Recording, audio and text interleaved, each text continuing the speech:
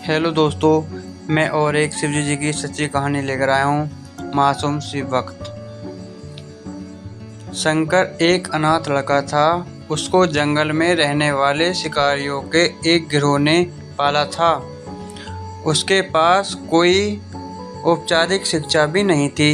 वह केवल एक चीज़ जानता था कि उसे कैसे जीवित रहना है, शिकार करना और उनको मारना तथा जंगल के फलों को खाना और नदी के पानी को पीकर अपने आप को जीवित रखना जानता था। एक दिन वह अपना रास्ता भटक गया और उसने देखा कि कुछ लोग नदी के किनारे पर बने एक पत्थर की आकृति के चारों ओर जोर जोर से चिल्ला रहे हैं। कुछ लोग उस पर फूल, फल और नारियल चढ़ा रहे हैं। शायद उसने सोचा यह कोई मकान होगा जिसमें लोग रहते होंगे, पर यह एक प्राचीन मंदिर था। लेकिन शंकर ने इसे पहले कभी नहीं देखा था, पर इसके बारे में जानने के लिए वह काफ़ी उत्सुक था।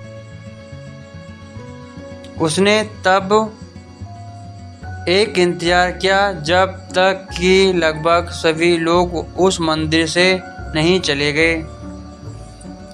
अंत में उसने एक युवक लड़के को पत्थर की इमारत से बाहर आते देखा और उससे बात करने का फैसला किया। और शंकर ने उससे अपने मन में आए कई सवाल पूछे। उसका पहला प्रश्न था, इस इमारत को क्या कहा जाता है? लोग अपने साथ क्या लाते हैं? फिर उन चीज़ों को अंदर वाली इमारत में क्यों छोड़कर वापस आ जाते हैं? चीज़ों को अपने साथ लाना और उन्हें अंदर छोड़कर वापस चले जाना पर वह लड़का शंकर को अज्ञानता व मासूमियत पर बहुत ही हैरान था और उसके सवालों से चकित भी था। पर यह वह नहीं जानता था कि वह पास के जंगल में रहता है और शिकार करके अपना जीवन यापन करता है। लेकिन फिर भी उसने उसके सवालों के जवाब देने की पूरी कोशिश की। उसने शंकर को बताया, यह भगवान शिव का मंदिर है। लोग यहाँ उन्हें फल और फूल चढ़ाने आते हैं। वे शिव भगवान से जो चाहते हैं वह मांगते हैं और शिव उनकी सभी की प्रार्थनाओं को सुनते हैं।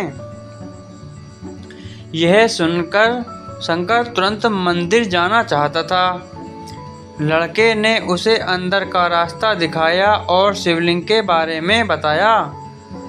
शंकर ने मासूमियत से लड़के से पूछा, यह शिवलिंग क्या चीज़ है और हमें क्या देता है? लड़के ने बताया, हम शिव से जो मांगते हैं वह हमें दे देता है। हम सब ऐसा मानते हैं। लड़के ने कहा, अब अंधेरा हो रहा है, अब मुझे घर जाना होगा। और वह शंकर को वहीं अकेला छोड़कर चला गया। शंकर ने झिकते हुए मंदिर में प्रवेश किया। वह एक कोने में बैठ गया और सोचा, एक पत्थर किसी को वह चीज़ कैसे दे सकता है जो वे चाहते हैं। इसलिए उसने इसका परीक्षण करने का फैसला किया और उसने पत्थर की प्रतिमा से कहा, हे शिव, कृपया मुझे प्राप्त शिकार करने दें ताकि मैं भूखा ना रहूं। मेरे पास आपको चढ़ाने के लिए कोई फल या फूल नहीं है, लेकिन यदि आप मुझे शिकार देते हैं तो मैं उसे आपके साथ साझा करूंगा। मैं वादा करता हूँ कि मैं आपको धोखा नहीं दूंगा। उसने घोषणा की। अगली सुबह शंकर शिकार करने गया। उसने पूरे दिन शिकार की तलाश की, लेकिन उसे कोई शिकार नहीं मिला। वह भूख से तिलमिला रहा था। वह काफ़ी निराश हो गया क्योंकि उसे कोई शिकार नहीं मिला था। दोपहर को हो चुकी थी। अब उसे लगने लगा कि मंदिर के लड़के ने उससे झूठ बोला था। फिर भी उसने शिकार जारी रखा। जैसे ही शाम हुई, उसने 2 खरगोशों को अपने बिल में से आते देखा। शंकर ने उन खरगोशों को मार डाला, क्योंकि उसने शिव भगवान से वादा किया था कि वह अपने शिकार को साझा करेगा। वह मरे हुए खरगोश में से एक के साथ मंदिर गया। देर हो चुकी थी और मंदिर सुनसान था। शंकर ने मंदिर में प्रवेश किया और जोर से कहा, कृपया आओ और अपना हिस्सा ले लो प्रभु, आपके लिए मैं लाया हूँ। वह वहाँ बैठ गया और अंधेरा होने तक प्रतीक्षा करने लगा, लेकिन भगवान प्रकट नहीं हुए। शंकर को भूख और नींद आने लगी और उसने खरगोश को मंदिर में छोड़ने का फैसला किया। अगली सुबह जब लोग मंदिर पहुंचते तो उन्हें शिवलिंग के सामने मरा हुआ खरगोश मिला। भक्त बहुत परेशान थे। यह यहाँ कौन लाया है? उसने हमारे मंदिर को अपवित्र करने की हिम्मत कैसे की? उन्होंने खरगोश को बाहर फेंक दिया। अगले दिन शंकर अपनी भूख मिटाने के लिए जंगल में शिकार करने गया, लेकिन इस बार उसकी किस्मत अच्छी नहीं थी और उसे शिकार भी नहीं मिला। उसने सोचा, आज रात को मंदिर जाना चाहिए और शिव से पूछना चाहिए कि उनको खरगोश का भोजन कैसा लगा। शंकर यह पूछने के लिए मंदिर गया। जब वहां मंदिर पहुंचा तो उसके आश्चर्य का कोई ठिकाना नहीं रहा। उस रात मंदिर में लोगों की काफ़ी भीड़ थी। शिवरात्रि की रात थी, लेकिन अबोध शिकारी लड़के को इस बारे में कुछ भी नहीं पता था। शंकर ने चारों ओर देखा और उस युवक लड़के को देखा जिसने उसको मंदिर के अंदर शिव से प्रार्थना करने के लिए कहा था। क्योंकि उसे इतने सारे लोगों के आसपास रहने की आदत नहीं थी, उसने वहीं रुकने का फैसला किया और पास के एक बेल के पेड़ पर चढ़ गया। यहाँ एक लंबा इंतजार था और समय बिताने के लिए उसने पेड़ से पत्ते तोड़कर जमीन पर फेंकना शुरू कर दिया।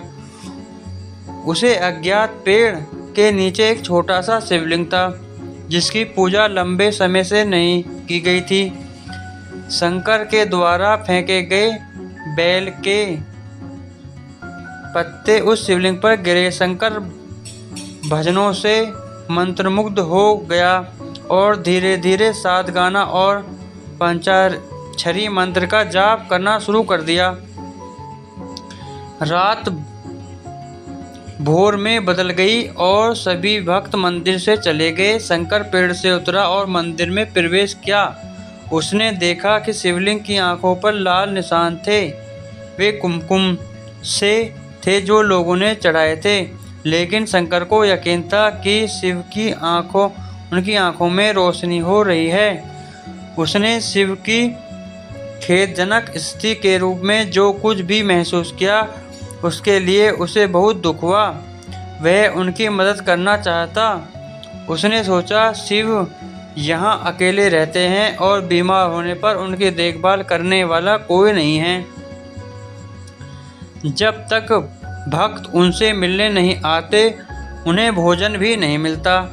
शंकर ने एक रात पहले भक्तों को शिवलिंग पर जल चढ़ाते देखा था। प्रभु को ठंड लग रही होगी, शायद वह कांप रहे हैं। उसने सोचा, आखिरकार वह केवल पत्तियों से ढके हुए हैं। तो उसने शिव से पूछा, मेरे स्वामी, मैं आपकी क्या मदद कर सकता हूँ? शायद कुछ खाना या दवा, में आपकी सेवा कैसे कर सकता हूँ? शिव ने उसे कोई उत्तर नहीं दिया। शंकर ने सोचा भगवान वास्तव में बहुत बीमार हैं, क्योंकि वह अब उत्तर देने में भी असमर्थ हैं। वह परंतु जंगल में गया, कुछ औषधि जड़ी बूटियों को लाया और लाल निशान पर उनका लेप लगाया, लेकिन कुछ नहीं हुआ। उसने कहा, लगता है कि यह अंधे हो गए हैं। मुझे प्रभु को अपनी एक आंख देनी चाहिए ताकि वह ठीक हो जाएं। यह निश्चित रूप से उन्हें खुश कर देगा। उसका दिल पवित्र था और उसने वहां शिव के हाथ में रखे त्रिशूल को उठाया और त्रिशूल को अपनी दाहिनी आंख की ओर ले गया और अपनी आंख को निकालने का प्रयत्न किया। शंकर अनपढ़ था, उसे मंत्र या पूजा के उचित तरीकों का कोई ज्ञान नहीं था, लेकिन उसकी भक्ति की कोई सीमा नहीं थी। जैसे ही वह अपनी आंख निकालने वाला था, शिव अपनी पत्नी पार्वती के साथ प्रकट हुए। उन्होंने पार्वती से कहा, इस भक्त शंकर ने अनजाने में शिवरात्रि पर उपवास किया, बेल के पत्तों से मेरी पूजा की और साबित किया कि उनका दिल बेदाग है। मैं अपने इस भक्त पर काफी प्रसन्न हूँ। शिव भगवान ने शंकर से कहा, तुमने मुझे अपनी मासूमियत के कारण जीत लिया है। प्रभु ने मुस्कुराते हुए कहा, लोग मुझसे हर समय वादे करते हैं, लेकिन जैसे ही उन्हें वो मिल जाएं जो उन्हें चाहिए, वो उनको भूल जाते हैं। दूसरी ओर तुमने मेरे साथ एक सच्चे इंसान की तरह व्यवहार किया है और यह वास्तव में बहुत दुर्बल है। अब ये तुम मेरे इस संसार में सबसे बड़े भक्त माने जाओगे और तुम्हारा नाम मेरे साथ सदा जुड़ा रहेगा। तुम कई सदियों तक जीवित रहोगे। इस बात को कहकर भगवान शिव व माँ पार्वती अंत ध्यान हो गए। तभी से लोग शिव के साथ शंकर भी लगाने लगे। हेलो दोस्तों, ये मेरी कहानी कैसी लगी है? अगर आपको पसंद आई हो तो आप कहानी को लाइक करें और कहानी को ज़्यादा से ज़्यादा शेयर करें और मेरे इस चैनल को सब्सक्राइब करें। हर हर महादेव।